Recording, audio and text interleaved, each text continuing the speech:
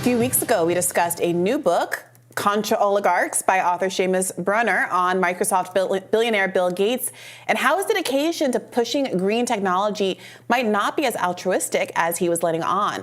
Bruner argued that Gates stood to gain financially by eliminating competition from non-green sources and forcing people to buy more environmentally friendly companies he had invested in. But according to Bruner, Gates isn't the only one who's looking to profit from the American people's generosity. Mark Zuckerberg, Jeff Bezos, perennial boogeyman George Soros also play into a plot to dominate your life. Here now to dive further into this story is the author of Controligarchs, Seamus Bruner. Seamus, so great to have you with us. Robbie, Brianna, it's so good to see you. So tell us more about your thesis here. Obviously, these are wealthy figures who support various policies, and we've criticized some of those policies in the past around COVID, around free speech.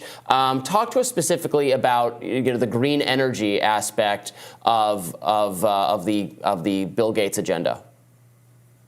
Certainly. So I work with Peter Schweizer at the Government Accountability Institute, where we follow the money. That's sort of our motto. And usually we're looking into politics, but decided, especially amid the pandemic, to follow the money to the top, to the people who were using the pandemic as a, quote, opportunity. I mean, Klaus Schwab is the guy over there on the left of the book cover, and the World Economic Forum. And then you kind of get into Bill Gates. What's he doing? He's a software guy. How is he the author of our public health policies during the pandemic? And so we followed the money. We saw that they, in some cases, like Mark Zuckerberg's case, he almost doubled his net worth over the course of the pandemic. Bill Gates added tens of billions of dollars. The rest of them did the same. I mean, Elon Musk almost quadrupled up. And so, and that's not a problem. Making money is not a problem. The problem is how they make their money. And that is by sort of seizing control over the industries that dominate every aspect of our life. So we talked about food. There's also energy. There's also transportation.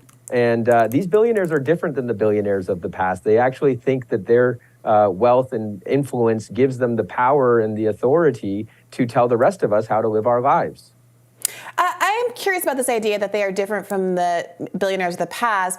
I mean, we were recently talking, for example, in the context of the East Palestine rail disaster, about how railroad moguls had lobbied to prevent safety mechanisms that they knew could prevent exactly such a disaster. And the Lever followed up with reporting explaining how even in the wake of East Palestine, oil company Occidental Petroleum lobbied to prevent further safety mechanisms going into effect, even though the country was shocked and horrified by what we saw in East Palestine. You had a story just a week ago come out about how there was proof that the high egg prices people have been experiencing weren't attributable to just post-COVID supply chain inflation, as so many of these companies claimed, but that there was an egg fixing scheme that actually had been in effect. A federal jury ruled that just last week. So it does seem like there's always been a pattern of people who are extremely wealthy using their power to lobby for advantageous tax policies so they can keep more of their wealth, and for legal changes, as we saw in the wake of Citizens United, that allow them to more directly influence our political system and lobby for policies, regulations, and the like that are in their interest, often at the expense of the broader public. So what, in your view, has changed?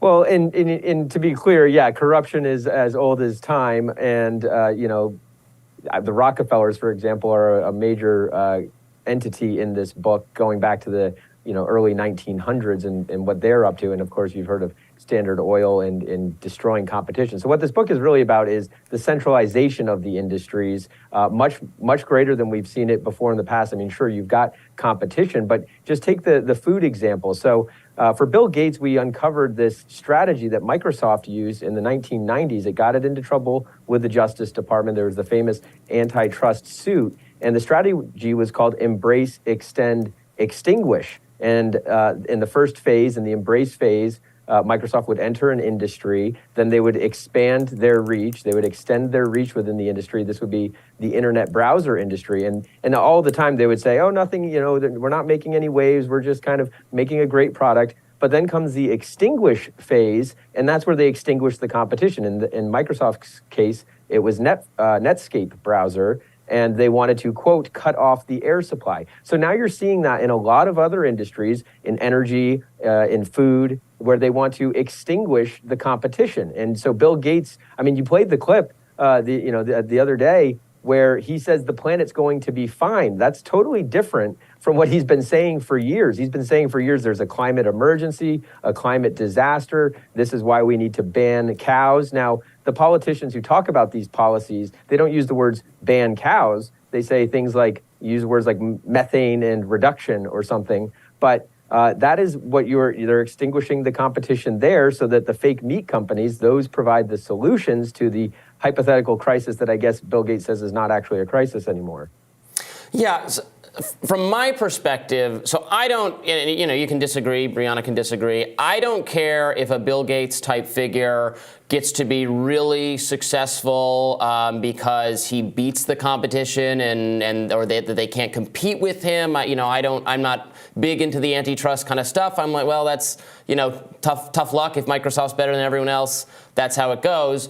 But when I do get concerned is when these billionaires then have all this wealth and influence and can change government policy to either have control over our lives or to make the regulatory environment impossible for competitors or to get more subsidies for your industry versus this industry, that kind of thing. The word controligarchs to me speaks to that kind of fear. We know these billionaires get together, World Economic Forum, Davos type things, come up with policies like the ones that emerged during COVID, which weren't voluntarily, right? Which were ostensibly for our benefit, but Joe Biden's administration ended up requiring lots and lots of people that they would have to get the COVID shot, just for one example. And then we know Bill Gates had invested in Pfizer, that kind of thing. So what can you speak to those fears as well?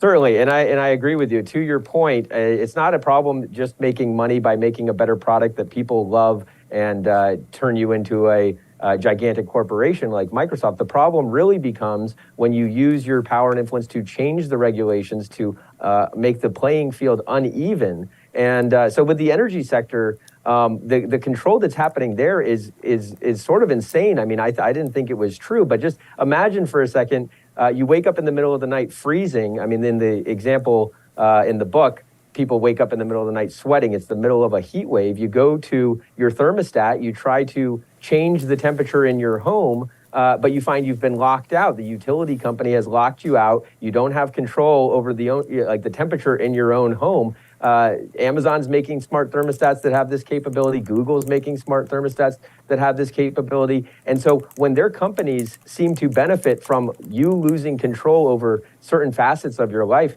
that's a big problem. And so we've tracked down every industry that they're doing this kind of stuff in.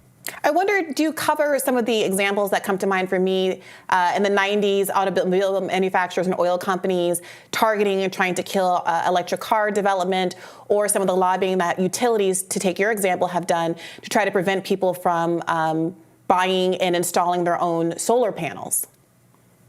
Yeah, absolutely. And that's a huge problem. The fact that, regulations prevent you from being able to go off grid. I mean, even collecting rainwater in some places is a problem. You can't have backyard chickens in some places. And this is really what the whole theme of the book is the centralization of power. And to your point, intellectual property plays a huge role. It's really about the patents. I mean, Bill Gates did not invest in the fake meat companies like Beyond Meat, Impossible Foods, until they had secured the patents on protein change, which seems sort of Orwellian or dystopian in and of itself with Monsanto's in the book with Terminator seeds. Patenting foods and seeds seems wrong, and especially if you're working to ban the generic equivalent, which would be like cows. So we kind of get into how patents grant an individual a 20-year long monopoly. And so with the oil companies like Standard Oil and the Rockefellers, they have